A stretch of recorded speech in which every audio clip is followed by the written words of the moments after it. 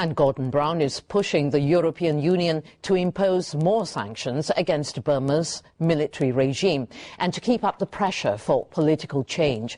Mr. Brown made the pledge after meeting exiles and activists in London, just one of 30 cities around the world staging rallies this weekend against the regime's recent crackdown.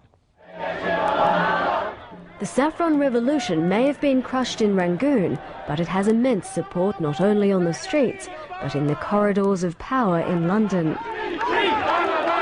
Burmese exiles and the head of Amnesty International led a delegation to Downing Street to meet the British Prime Minister, who's described the crackdown as appalling.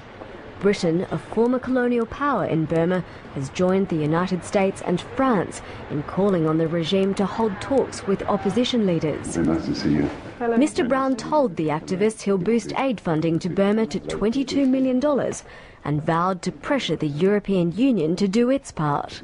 I want the European Union to impose further sanctions on the regime to make it absolutely clear that we will not tolerate the abuses that have taken place. His zero tolerance for violence has resonance among these demonstrators. They led chants for the monks and protesters in Burma and tied red ribbons on the gates of Parliament in a show of solidarity.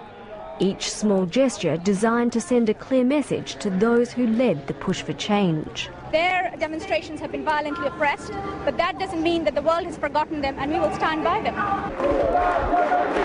In Paris, protesters took aim at China, Burma's closest ally. They wound their way to the Chinese embassy, but were stopped from rallying outside. Some called for a boycott of next year's Beijing Olympics. Others just want China to wield its power. They are the most powerful there. That's why we're here today, to ask them to please to intervene before it's too late.